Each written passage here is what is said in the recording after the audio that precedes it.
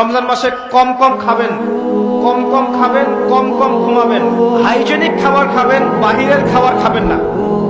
বাহিরের যে খাবারগুলো আছে মুখরোচক, ইফতারে নিয়ে বসেছেন দুনিয়ার কিছু, আচ্ছা এই খাবারগুলো কি কোনোদিনও আপনি সন্ধ্যার সময় খান? এই যে বুন্দিয়া, বুট, আপনার জিলাপি, আপনার এইটা সেইটা, 50টা আইটেম থাকে না, খাসি রেজালা, নেহারি, এটা কত আইটেম, মাশাআল্লাহ।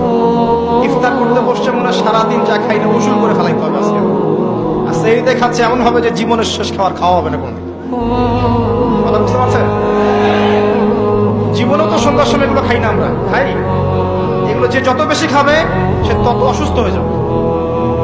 নর্মাল খাবার খান, সিম্পল নর্মাল খাবার খান, বাইরের খাবার অ্যাভয়েড করেন, এগুলো আপনাকে অসুস্থ করে ফেলছে। ম্যানুফ্যাকচার খাবার বেশি খাইতে চায় না। ওই শ্রেণীর হুজুরদের মতো হয়েন না যারা ইসলামিক লেবাস নিয়ে সুন্নতের কথা বলে, বাট তাদের পেটের মধ্যে সুন্নত নাই।